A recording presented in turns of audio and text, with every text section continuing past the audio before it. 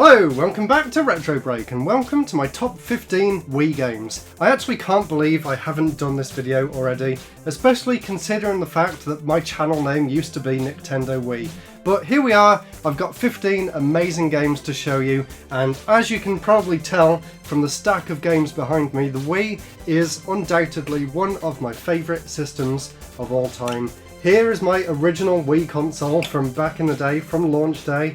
As you can see, it's seen better days and it's still got all the original stickers from the Nintendo magazines on the sides. So yeah, I'm really looking forward to getting into this video. I've got so many amazing games to show you. I do want to say up front though that I'm not going to be showing off any of the Mario games or Smash Brothers, simply because any of these could easily be number one.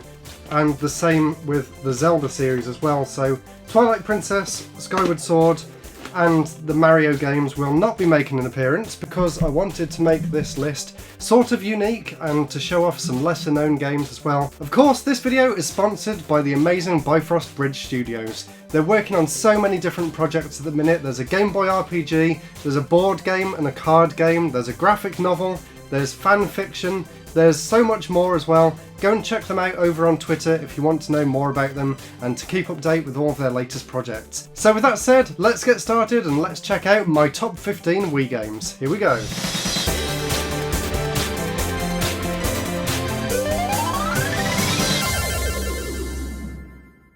Number 15 is a racing game called Excite Truck, which was the latest at the time in a long-running Excite series. I was a huge fan of Excite Bike back in the day, so when I first saw this one in the Nintendo magazine, I knew it was one that I had to get as soon as it was released, and I was not disappointed. I love my arcade-style racing games, so when I got this, I played it non-stop. In fact, I even got S ranks on all of the stages, I unlocked all of the cars.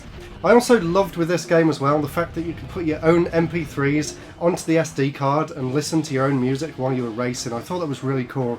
I also really loved the graphics, and at the time I was amazed by the motion controls. I know some people don't like them, but I think for this game in particular, they actually work really well. And it's really disappointing as well that the sequel to this, Excitebot's Trick Racing, never actually came out in the UK, and I still don't own that game. I have actually modded my Wii so I can play games from other regions, so that's definitely a game that I'm planning to get soon. I really do love this game, Excite Truck for the Wii. So let me know if any of you played Excite Truck when it came out. Let me know what you think of it. I know some people don't like it that much, but for me, it's definitely one of my favourite racing games of all time. So number 14 now, and one of my favourite platformers of all time, this is Klonoa. This is a remake of the PlayStation 1 original. When this came out, I'd never actually played the PlayStation 1 game, but I had played and absolutely loved the PS2 games. So when this one came out on the Wii, I had to get it and see what the original game was like. And the way they've updated this game is just incredible. The graphics, the music, the animation, of course the amazing level design and gameplay of the original game are all here, and it's definitely one of the best games on the Wii. If you enjoy 2D platformers and you want something a little bit different to Mario or Donkey Kong, I highly recommend Klonoa.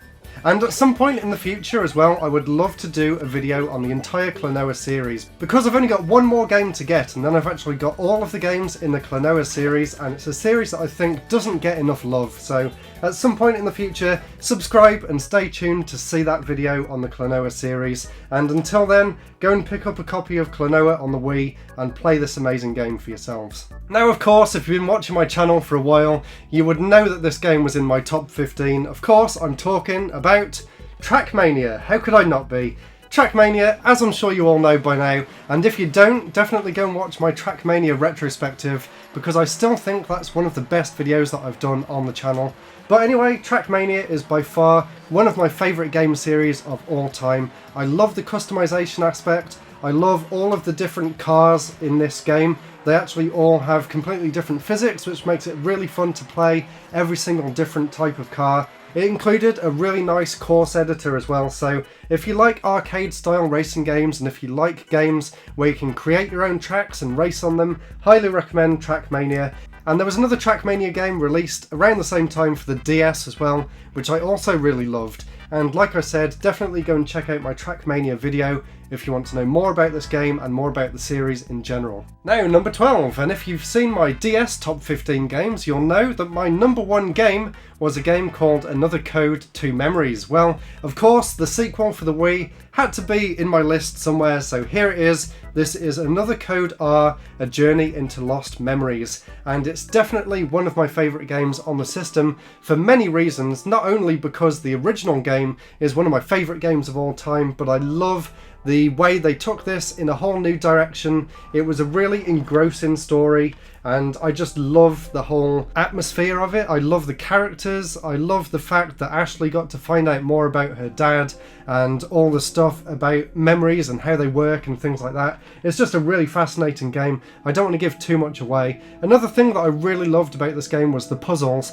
and there was one puzzle in particular that really stands out for me, and that is one where you have to add something up, but in the game she's holding something like a calculator, but you actually use the plus and minus and 1 and 2 buttons on the Wii remote to actually calculate something in the game, and I just thought that was genius. And there's loads of other similar things like that that make this a really fun game to play, and a really great story as well. Like it says there, read and solve like a mystery novel. So if you enjoy a really good, engrossing story, and if you've played the DS original, highly recommend Another Code 2 for the Wii. Another really engrossing game and another really engrossing story. This one is Silent Hill Shattered Memories. And I actually played this one through with my girlfriend when it came out, and we both absolutely loved it. I do remember getting lost a few times though, but apart from that, the story was really interesting and really engrossing. The graphics are incredible for the Wii. That's something that the Wii doesn't get a lot of credit for. A lot of these games actually have really good graphics,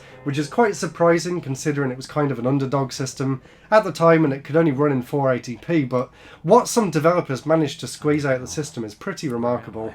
And Silent Hill Shattered Memories is definitely one of the games that pushes the system towards its limits. And in terms of atmosphere as well, it's a really great game, and at the time I hadn't played the original, so this was my first introduction to the Silent Hill series, and after this one we went back and played some of the older games and I enjoyed them just as much. Now, number 10, this one's a really cool action shoot-'em-up by Treasure. Of course, this is Sin and Punishment, successor of the Skies for the Wii, and if you enjoy on-rail shooters, things like the original Sin and Punishment for the N64, things like Panzer Dragoon on the Saturn or the Xbox, or like Star Fox, you'll be right at home with this game.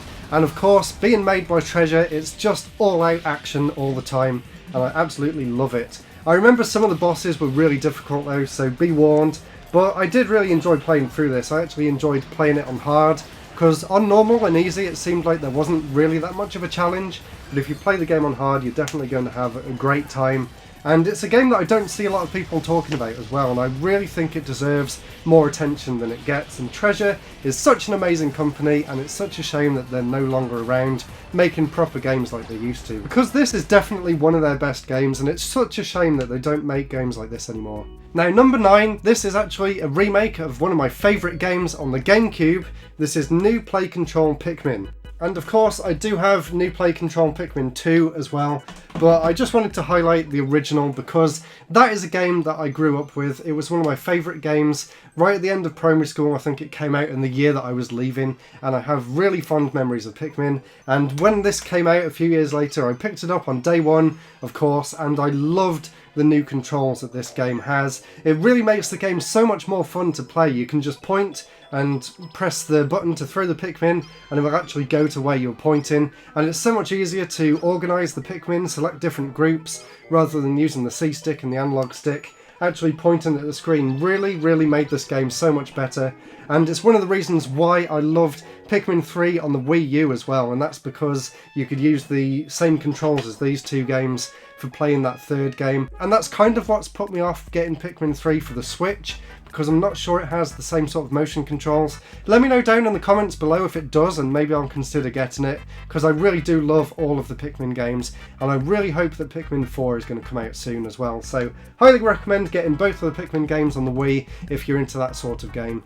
Now for a truly feel-good game, this is Kirby's Epic Yarn. Of course, when this came out, it was just a breath of fresh air. I'd never seen anything like it. It's so cute and colourful. So when this game came out, it was a huge departure from some of the previous Kirby games, and I'd played all of the games up until that point, but I really did fall in love with this one. And at the time, I actually remember saying that if this game came out when I was the same age as when Kirby's Fun Pack came out for the SNES, I honestly think that this would now be one of my favourite games of all time. It still holds a really special place in my heart, but I know that if I actually grew up with it from a kid, if that makes any sense, then it would definitely be one of my favourite games. It's such a fun game and it's just a joy to play. There isn't really much more I can say about it, but just enjoy this gameplay that's over the screen now and you'll see just how good a game it is. Also, if you've got a 3DS, they did also port it to the 3DS as well, and apparently that version's really good too, so highly recommend it either way. And now a very special game. This is The Last Story, and I've got this really nice steelbook here. I did get the special edition with the soundtrack and all of that, but here's the book. I'm not sure where the soundtrack's gone actually. The disc's in there though. Well, what a fantastic game this is, made by Hironobu Sakaguchi, and before this came out I was actually lucky enough to meet him at MCM Comic Con in Telford where I lived at the time, and I was just blown away at the chance of actually meeting him. And somewhere, bear with me 1 second, I've actually got a signed poster from him, so let me see if I can find that. Yes, I found it. It's a little bit beaten up, but here it is from that day, actually signed by Hironobu Sakaguchi himself. This is the poster that I picked up on the day at Comic Con, and I've also got a photo over here. Ignore the crazy hair, I was dressed up as Gary Oak from Pokemon at the time. But yeah, I'm really happy to have this, and I really need to try and take better care of it because it's got a little bit scratched. So hopefully when I move out of this house soon and get a bigger room, maybe I can actually get a frame for this and have it up on the wall, because it's a really cool thing to have. And I've actually been really enjoying his new game Fantasian as well, which is out now on Apple Arcade. So if you've got an iPhone, iPad or Mac or Apple TV, definitely go and check that game out as well. It looks phenomenal, it really does. Right, number 6, and definitely one of my favourite games in the series, this is Sonic Colors. And once again, like Kirby, this was a breath of fresh air at the time, after a whole load of mediocre Sonic games, which to be honest I actually quite enjoyed. A lot of other Sonic games came out on the Wii. I actually really enjoyed the Wii version of Sonic Unleashed as well, but this game here, Sonic Colors, took the engine from Sonic Unleashed for the Wii and built a completely brand new original game around that engine, and it really worked out really well. There are rumours of a HD re-release coming soon, so fingers crossed that does happen and then more people will get the chance to play this amazing game in the series.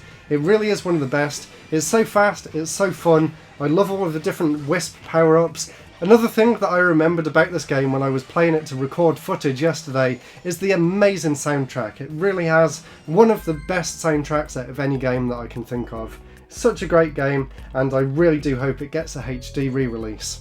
So number 5, and a game that I was completely obsessed with when it came out, when I got it back at school. This is No More Heroes, an absolute masterpiece of a game by Suda51. Of course I've also got the sequel, No More Heroes 2, but it was the original that really got me into the series and into this style of game in general. It's such a great game, it's got such a unique atmosphere to it. It's got such a unique style, and the way the game plays and the humour and just everything about it at the time I just thought was really cool and really over the top, and I absolutely loved it. It also introduced me to Genki Rockets, which became at the time one of my favourite bands, and I'm so sad they're no longer around making new music because I really love what they did. But even so, the game is absolutely fantastic, and of course I'm really looking forward to No More Heroes 3 when that comes out on the Switch. Fingers crossed some point later this year. Number 4 now, and definitely one of the most engrossing games that I'd ever played at the time. This is another game that I don't think gets enough love. This is Fragile Dreams Farewell Ruins of the Moon, and I can guarantee that quite a lot of you watching probably haven't heard of this. So definitely go and check it out. It's a really atmospheric adventure game set in a post-apocalyptic future, and at the time I was a huge anime fan, and just the way the game is presented and the way it makes you feel as you're playing through, the way it's narrated by the main character, I just absolutely fell in love with it.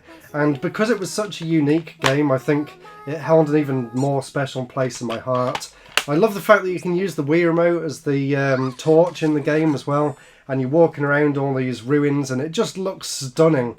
and once again another really nice looking game for the Wii. I don't want to ruin the story because it is really interesting and involved, and I'm actually thinking about replaying it now because I went back to capture some footage like I did with all the rest of the games, and I remembered just how much I loved this game, so maybe I'll go back and actually play it at some point later this year. So highly recommend Fragile Dreams for the Wii. And now the top 3. Of course this was going to make an appearance at some point. This is Resident Evil 4 Wii Edition, and of course the Wii Edition is the best edition thanks to the motion controls. Again, when I was playing it earlier, I just could not believe how well this game holds up even today. For a game that was originally out in 2005 and this version came out in 2007, it pioneered so much, and the fact that it still stands the test of time today means that it is an absolute classic, and everyone that enjoys horror games or action games owes it to themselves to play Resident Evil 4. And now it's released on so many different consoles,